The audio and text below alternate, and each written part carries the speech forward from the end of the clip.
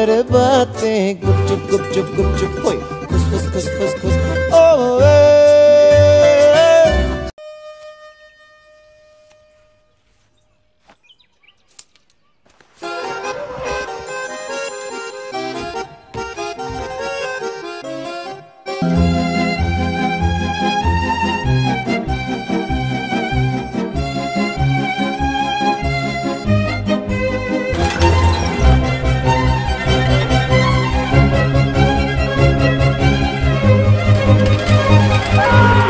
Good afternoon, everyone.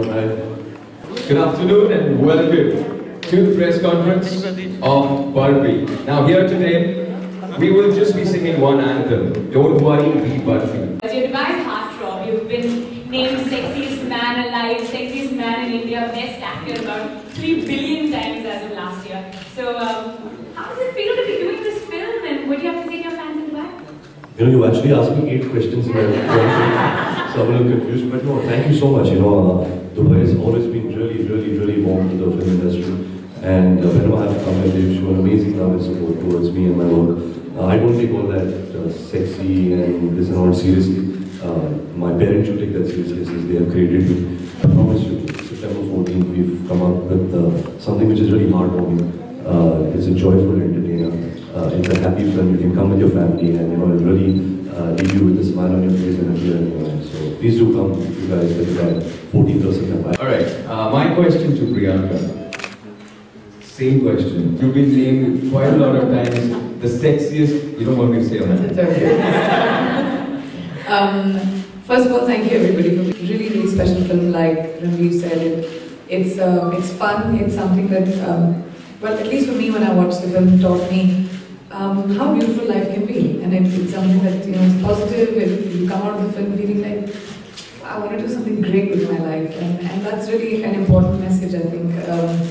Not that we were thinking of giving that message when we made the film. None of us, at least I didn't even know the story of the movie while it was being made, but it's a film which comes from a really great place, and I am very confident that you all will love it.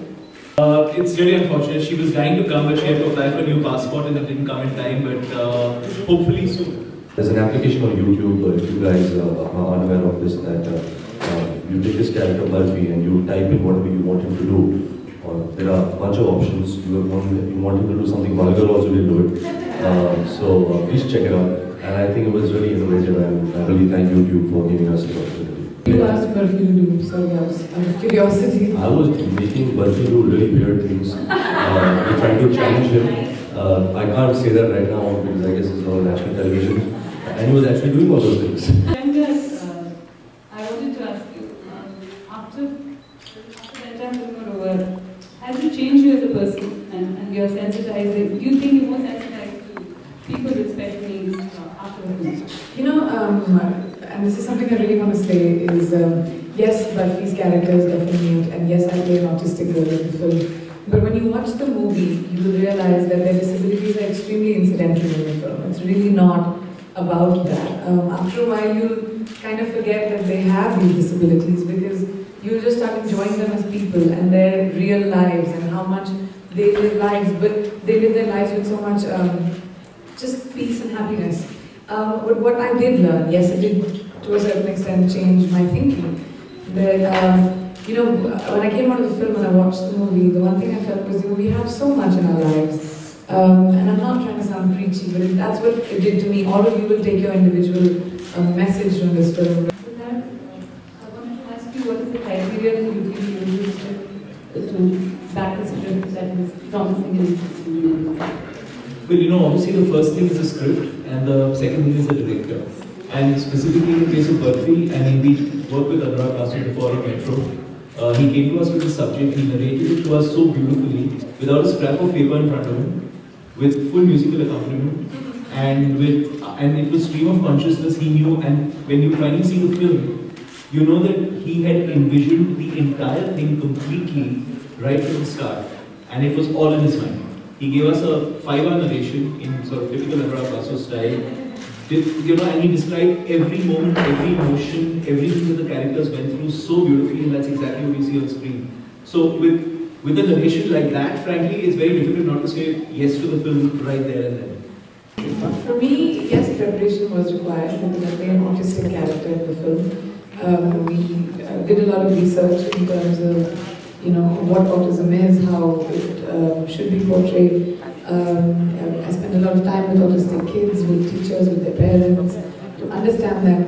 But eventually, autism has such a huge range that it can be extremely severe and it can be extremely, you won't even be able to tell if someone's autistic. So I think eventually at the end of it, we just created Jilman from scratch. It was, there's no reference point to her. There's no, I can't say she's like a certain person or like a certain character, or it was just something that I think Anurag had developed in his head, and I had to figure out how to play it.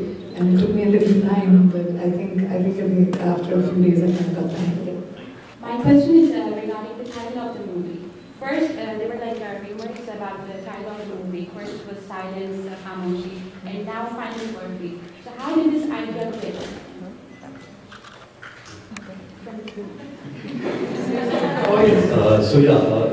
You're absolutely right. When the film was narrated to me, the film was tentatively titled Silence, because the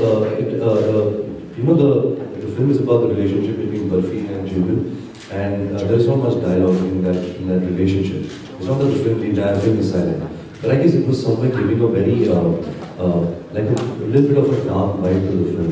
And this film is a sunshine film. This film is something which is really joyful, which really makes you happy. So Anurag came up with this idea once that, one day he called me and said, okay, I have this idea that in the 70s, all the pregnant mothers wanted their child to look like the brand ambassador of the Murphy radio. They should be this really cute fat kid, with his hand like this. So they named the kid Murphy. That was my name. But because I am deaf, I can't hear the difference between Mur and Burr. So when he says it, he said Barfi. So people think his name is Barfi. So I think it was very apt. There is a little fine layer in the film when you see it. But also the fact that when you hear this word Barfi, you wonder, you are intrigued by what is Barfi. Then when you see a poster like this, where I'm doing it's all nonsense stuff, and you see umbrellas and chickens flying, it kind of suits. If I put silence out there, it really doesn't go with the mood of the film. So I think Barfi just suited the mood of the film.